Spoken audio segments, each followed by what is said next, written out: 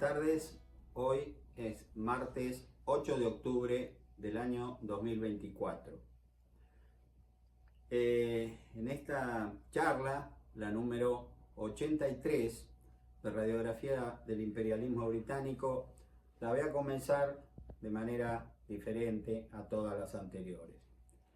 El sábado 28 de septiembre de este año falleció un héroe de la patria, un querido y gran amigo mío, quien tuve el honor de conocer, de tratar, y que él también me considerara su amigo, lo cual para mí fue un premio inesperado, no sé. Falleció el señor capitán de navío Washington Bárcena, comandante del increíble buque Bullard durante la guerra de Malvinas. Yo me voy a referir a él en el último tomo, en el séptimo. Solo hoy lo que quiero hacer es un sencillo pero sincero homenaje a su recuerdo.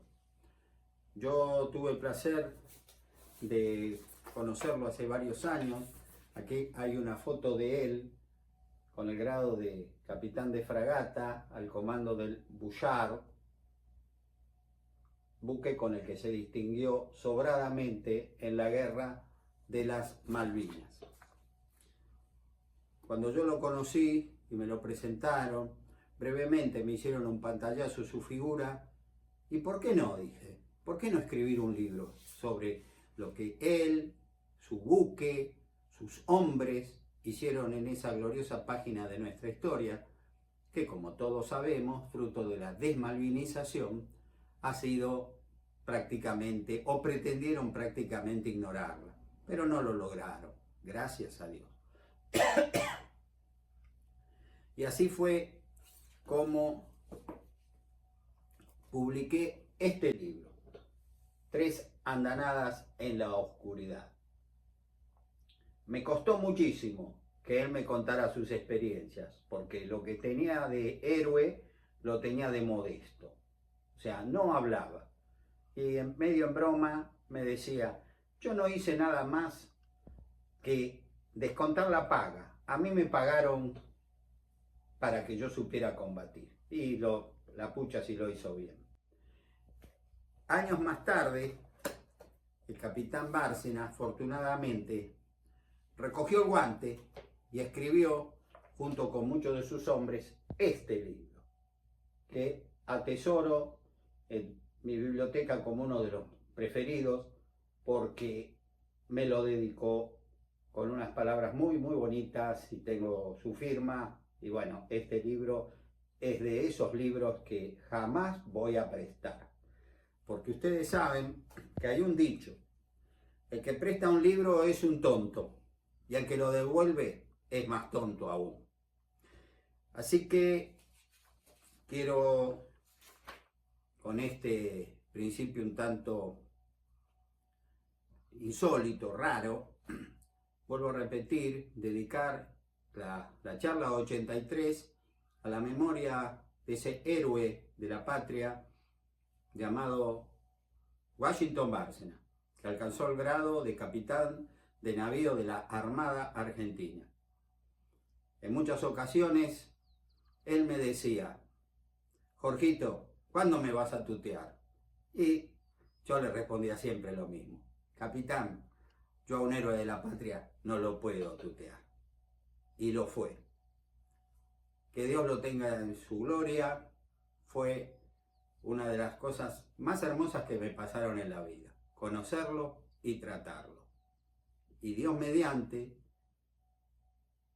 ustedes van a saber un poquitito de él, poquitito bastante, en las últimas charlas. Va a figurar en el tomo séptimo, en el último, de radiografía del imperialismo británico. Y tengo el honor, perdón, me lo estaba olvidando, que el tomo 2 de radiografía lo prologó el señor capitán Washington Bárcena.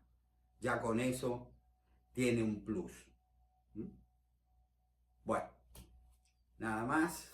Muchas gracias por permitirme este momento personal y y bueno, dedicárselo a sus hijos. Tuve el placer el otro día de conocer a su hija Sofía, una encantadora persona, que con un mensaje que me envió me dejó mudo, que para mí dejarme mudo es mucho, ¿no?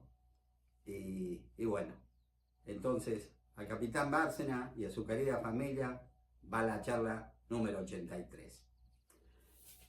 Bien, como hemos visto, luego de la derrota sufrida por la Armada Imperial Brasileña en Los Pozos y al mes sin monedas frente a Quilmes, en el combate naval de Quilmes, en el enfrentamiento más heroico que tuvo la Armada Argentina en toda su historia, los brasileños se fueron nuevamente al puerto de Montevideo, pero las órdenes emanadas por el muy enojado emperador Pedro I de Brasil era, bueno, olvídense de Buenos Aires, olvídense de Brown. Si es cierto lo que dice el servicio secreto nuestro, allí destacado, la 25 de mayo se va a hundir o ya está hundida. Y efectivamente se hundió luego de un temporal, como lo hemos visto. Así que ahora lo que tenemos que hacer es cortarle la red de suministro, el apoyo logístico al ejército argentino que nos está destrozando en la banda oriental y en el sur de Brasil. De esa manera, poniendo casi todas sus naves de operaciones en el Río de la Plata sobre el río Uruguay, se consideraba que no le iban a llegar pertrechos, alimentos, nada. O sea, que iban a quedar aislados. Y si quedaban aislados, supuestamente nuestro ejército iba a ser derrotado. Cosa que les anticipo, mis amigos, no aconteció. Pero los marinos británicos, los jefes al servicio del Imperio de Brasil, enfrentaban verdaderamente a un hombre superior, muy superior a ellos. Porque así como ellos tenían sus espías sobre Buenos Aires, Brown también tenía espías en Montevideo, Colonia Sacramento, y por qué no, en Río de Janeiro. De los cuales, en la mayoría de los casos, uno infiere que existieron, pero no sabemos los nombres, y posiblemente nunca los sepamos. Brown se percata de la jugada que quieren hacer, ¿no? Era un genio militar. Entonces deja 4 naves que estaban más o menos luego de los combates de Los Pozos y un poco el de Quilmes también, para defender Buenos Aires, que son los bergantines Congreso Nacional, Independencia, República y 4 cañoneras. Con eso que Buenos Aires se arregle. Y él se va con el resto de, no vayan a creer que teníamos una gran flota, pero con el resto a Martín García. Porque Martín García va a ser la llave de todo esto.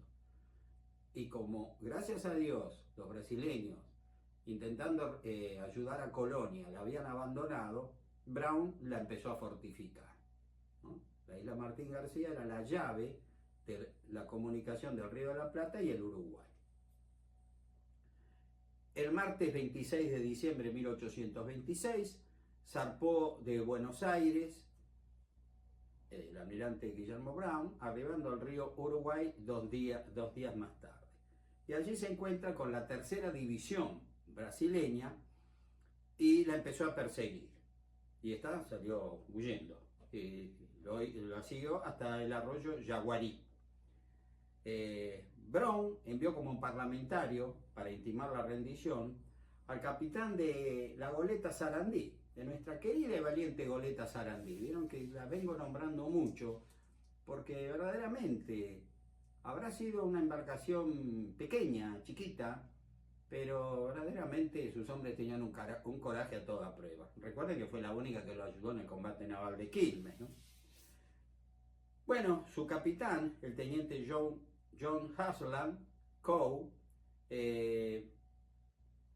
fue a intimarle la rendición al comandante brasileño, en este caso Sena Pereira, pero vulnerando todas las disposiciones del honor militar, pese a que este hombre fue a intimarle la rendición porque estaba en una situación muy difícil, esos barcos brasileños, fue con como un parlamentario con bandera blanca, lo tomó prisionero y comenzó a luchar. Brown va a defenderse, pero el combate terminó medio como que no fue definido. Pero el teniente John Halstead Coe quedó capturado como prisionero, indebidamente, vuelvo a repetir, porque él había ido con bandera blanca. Viendo cómo estaba la situación, envió emisarios a Soriano a decir que estaban operando sobre la flota brasileña en el río Uruguay, pero no podía reabastecerse en la banda oriental, y por lo cual se iba a retirar a la ciudad de Arroyo de la China, que hoy tiene otro nombre, es la ciudad entrerriana de Concepción del Uruguay. Considerando que podía ser amenazado por la segunda división naval brasileña, Brown regresa a Buenos Aires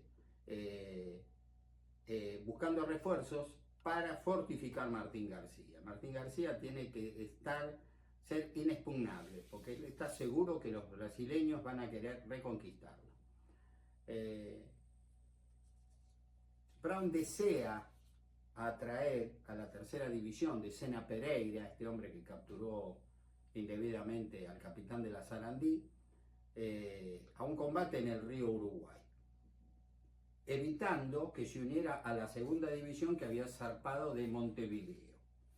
Pero cuando estaba en esa situación, ahora yo acá voy a leer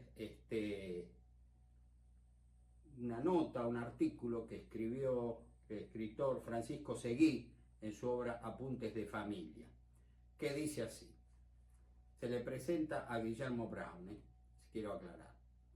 Se presentó un marinero español anunciándose que traía una comisión importante para el general Guillermo Brown y que quería verlo en el momento que él venía enviado por el almirante Pinto Guedes desde Montevideo, trayendo una comunicación de él para don Jacinto Roque Sena Pereira. Es decir, este español era un correo enviado por el almirante Pinto Guedes de Brasil para el capitán Jacinto Roque Sena Pereira, el que había capturado al comandante de la Sarandí, el comandante de la tercera división. Pero que antes de mostrársela al general Brown, esa comunicación, quería, bueno, evidentemente sacar alguna ventaja, ¿no? Entonces dice, la redacción no es muy feliz, por eso quizás no es muy feliz mi explicación. Este espía, vamos a hablar las cosas como son, le dice que él, en persona, le tiene que decir a Sena Pereira, al comandante de la tercera división brasileña, que hiciera todo lo posible para ir a Martín García, o sea, para conquistar Martín García el 7 de febrero próximo. Y que él estaba pronto, el almirante Pinto Guedes, para ayudarlo. Es decir, la orden desde Montevideo es: usted el 7 de febrero tiene que conquistar, tiene que atacar a Martín García, yo lo voy a ayudar. Con esa información, por supuesto que Brown, que hizo con este espía español, le pagó muy bien, porque conocía la jugada del enemigo, la sabía lo que iba a ocurrir. Entonces, sabiendo que lo iban a atacar y hasta la fecha que iba a atacar, Brown desembarca en Martín García y se pone a trabajar como cualquiera de los que están ahí, fortificando lo que puede, lo más que puede en la isla. Para demostrar a sus hombres la premura en terminar las tareas de fortificación, Brown trabajó como maestro albañil, fíjense, con la cuchara, los ladrillos, el cemento, fantástico, fantástico. Y la obra la concluyeron el lunes 5 de febrero. Ahí se guardó toda la pólvora que se necesitaba para frenar el ataque y de los imperialistas brasileños. Muy contento por lo que habían realizado, la bautizó Guillermo Brown como la fortaleza de la Constitución. Felicitó a sus hombres por su entrega y les dijo que posiblemente en 2 días vamos a ser atacados. Brown, el 3 de febrero, se había aprovisionado en Arroyo de la China, como ya le dije, en la actual provincia de Entre Ríos. La ciudad se llama Concepción del Uruguay. Y el 6 se presenta en Paysandú. Y el miércoles 7 de febrero arribaría a Higuerita. Y por esa razón, desde ese lugar, planificó cómo iba a ser la batalla. La escuadra argentina estaba integrada por 15 buques. La goleta Sarandí era la nave insignia a su mando. Fíjense, la pequeña y gloriosa Sarandí, la que era un barquito durante el combate de Quilmes, junto a la gloriosa 25 de mayo, que se nos ha hundido, ahora es la nave insignia. No teníamos ya casi nada para seguir enfrentando a esa monstruosidad flotante que era la Armada Imperial brasileña. Aparte de la Sarandí estaba la Maldonado, al comando del capitán Francisco Drummond, prometido de la hija de Brown, la Pepa al mando de Calixto Silva, la Guanaco al mando de Guillermo Enrique Granville, la Unión de Malcolm Shannon, el bergantín General Balcarce al mando del capitán Francisco José Seguí, 8 cañoneras y la Sumaca Uruguay, comandada por Guillermo Mason. Por su parte, la tercera división brasileña, con 65 cañones, contaba con 17 naves, a saber, las goletas Oriental, nave insignia al comando del capitán Jacinto Roque de Sena Pereira, la Bertioga, al mando del teniente George Brum, la Libertad do Sul, al comando del teniente Augusto Wenceslao da Silva Lisboa, la 12 de octubre, la Vitória do Colônia, la Itapuá, la 5 de marzo, la Bracoi, la 9 de janeiro, 7 de septiembre, el bergantín Doña Januaria, 2 cañoneras tipo goleta, la Atrevida, la Paraty y las cañoneras Cananeia, Paranaguá e Iguapé. Es decir, como siempre, la ventaja de las naves y del poder de fuego era del enemigo. Brown fondeó al anochecer el miércoles 7 de febrero entre la isla Juncal y el banco oeste del río. Al amanecer, apenas divisado el enemigo que navegaba río abajo, ordenó levar anclas y formar en línea de batalla oblicuamente al sudeste de la isla Juncal, ubicando en su vanguardia a la Maldonado, a la Sarandí en el centro del dispositivo y en la retaguardia al general Balcarce. Los brasileños continuaron avanzando hasta cesar el viento que soplaba del cuadrante norte, en una jornada tormentosa, y por eso fondearon a las 11:30 a 1000 yardas de nuestras naves, quedando la Oriental en el centro. 1000 yardas, unos 900 metros. Sena Pereira soltó un brulote, es decir, un bote lleno de maderas, objetos para quemar con alquitrán, y le prendían fuego para que eso, al llegar a las naves, que eran todas de madera, produjera un incendio. Pero fue hundido a los pocos minutos por la artillería argentina, gracias a que los cañones largos tenían mayor alcance y precisión que sus artilleros.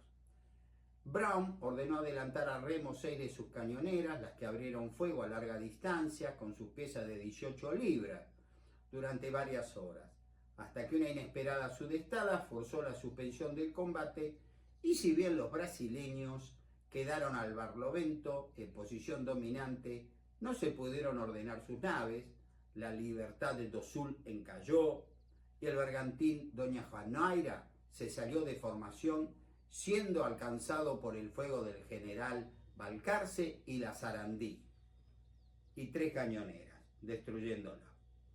A las 15 horas volvió a cesar el viento, por lo que esas 2 flotas intercambiaron disparos a larga distancia hasta que se desató la temida tormenta.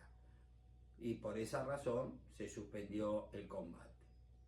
Al retornar la calma, Sena Pereira trató de aprovechar la brisa del nordeste que se hizo presente para retirarse hacia el norte, pero esa maniobra fue mal lograda, y así, el 12 de octubre, apenas pudo ser salvado por otras naves, mientras que la goleta Hospital Fortuna fue capturado, siendo liberado el capitán de la Sarandí. Ustedes recordarán que había ido con bandera blanca y había sido capturado, que estaba a bordo del buque Hospital.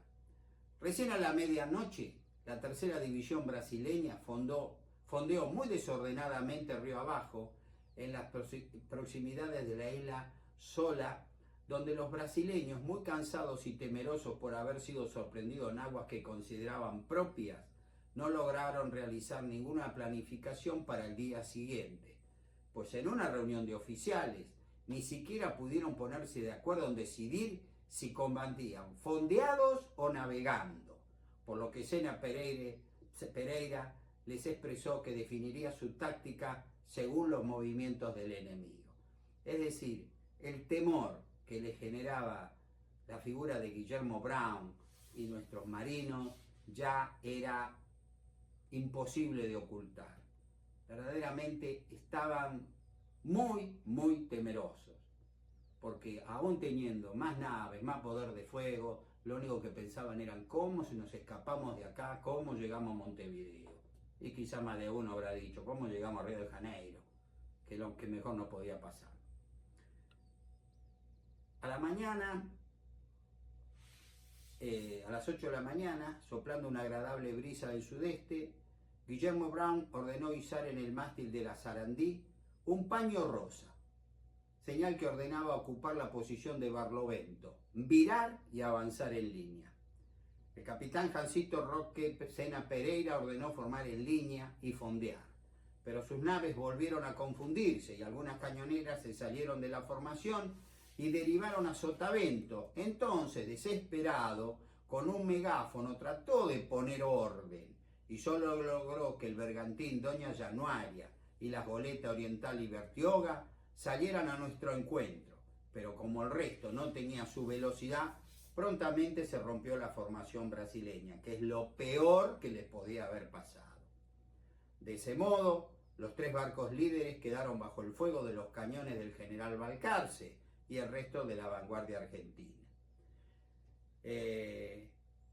Seguí, en la Balcarce, atacó al Doña Januaria, destrozando su bauprés, perdiendo el trinquete y demás daños que lo dejaron al borde de zozobrar.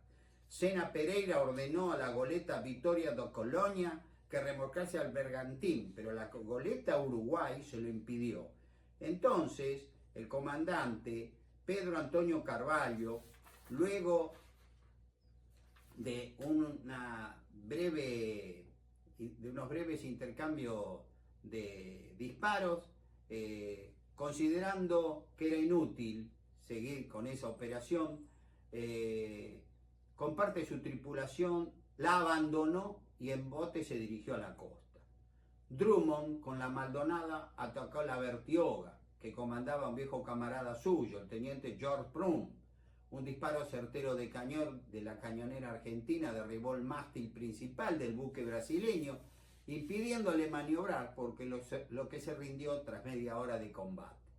El general Balcarce lideró un ataque combinado sobre la nave insignia enemiga, que era la goleta Oriental, a la que inutilizó su artillería y le causó 37 bajas, incluyendo entre los heridos el propio capitán Jacinto Roque Sena Pereira. Pese a esto, los brasileños no arriaron la bandera, pero esto no se debió a un valor temerario o a su tosudez, sino que había sido clavada la soga, había sido clavada al mástil, y no había a bordo hombre sano que pudiera desclavarla. Estaban todos contusos, heridos y o muertos sus tripulantes, siendo los primeros el jefe y 4 timoneles muertos. Finalmente la goleta oriental fue abordada. El capitán Francisco Seguí aceptó del comandante brasileño, capitán Jacinto Roque Sena Pereira, su espada en señal de rendición. Al ver lo sucedido, varias naves brasileñas con 351 sobrevivientes navegaron hacia el norte, se internaron por el río Uruguay hacia el norte, siendo perseguidos por la Sarandí y varias cañoneras. El sábado 10 de febrero fue capturada la goleta Brocoyó. Poco después lo fueron las cañoneras Paraty e Iguapé, que encallaron en la boca del río Paraná. De la tercera división naval brasileña, solo quedaron en poder de ellos, huyendo al norte del río Uruguay, las goletas Libertad do Sul, Itapoá, 7 de marzo, 9 de janeiro y 7 de septiembre. Las cañoneras Cananeia y Paranaguá, un lanchón de 12 remos y 12 lanchas más pequeñas. Los restantes buques brasileños que permanecieron en el norte del río Uruguay, antes de rendirse al almirante Guillermo Brown, porque lo consideraban una humillación terrible de soportar, prefirieron rendirse ante las autoridades del gobierno entrerriano. Brown, que se había retirado con 4 naves capturadas a Martín García, escribió el correspondiente parte de la victoria de la batalla naval de Juncal a nuestro gobierno,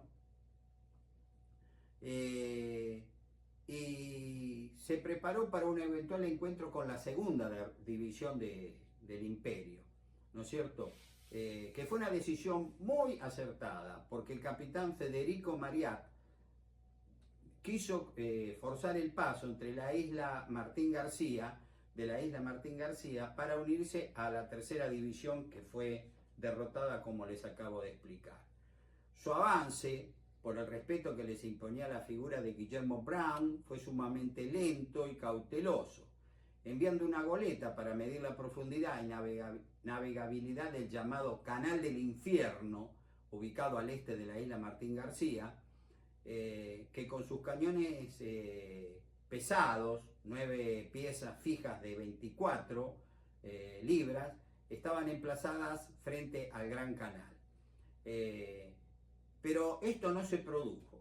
El combate no se produjo porque la goleta brasileña, que llevaba a los hombres que iban a desembarcar en la isla para tratar, no sé cómo, de dominarla, de conquistarla, encalló y no pudo zafar de la vara dura, por el cual el comandante de la segunda división naval brasileña desistió de su ataque, como lo había planeado. Lo único que hizo fue un duelo de artillería con las posiciones fijas de Martín García, que fue más que nada, como quien dice, para justificar su inoperancia. Con la batalla de Juncal se destruyó la tercera división naval brasileña, y la segunda división tuvo la prudencia, luego de lo que les acabo de contar, de que le falló la invasión a la isla Martín García, de mantener un cañoneo a una distancia prudencial. La noticia de la derrota fue llevada a Montevideo por los pocos que pudieron huir, y me imagino, no me hubiera gustado estar en los zapatos de la persona que fue a informarle a Río de Janeiro, al emperador, de esta nueva y catastrófica derrota. Para que ustedes vean lo catastrófica que fue, yo les voy a leer la nómina de las naves brasileñas que fueron destruidas y o capturadas. Número 1, goleta Vertigual, capturada. Número 2, goleta Brocoyó, capturada. Número 3, goleta Fortuna, capturada. Número 4, goleta Itapoá, capturada. Número 5, goleta 9 de Janeiro, capturada. Número 6, goleta 7 de marzo, capturada. Número 7, goleta 7 de septiembre, capturada. Número 8, goleta 12 de octubre, capturada.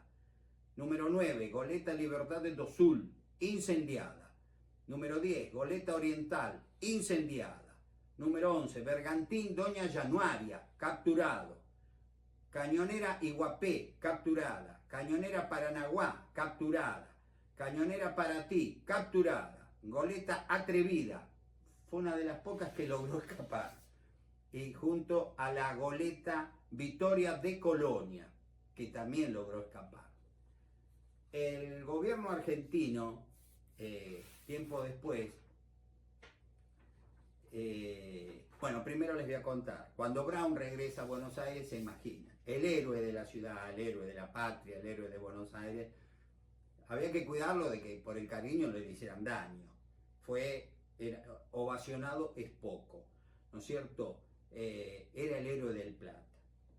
Cuando se llegó la noticia del desastre brasileño, bueno, ya está, no se pudo creer.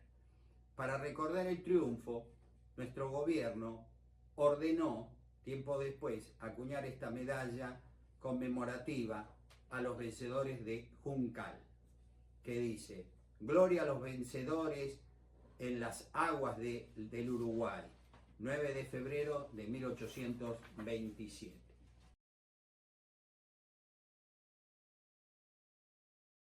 Con esto, mis queridos amigos, les informo, mientras está sonando el teléfono, esto es casero, así que las cosas pasan así, que damos por terminado lo que uno podría decir la gloria fantástica de la Armada Argentina en la guerra contra el Imperio del Brasil.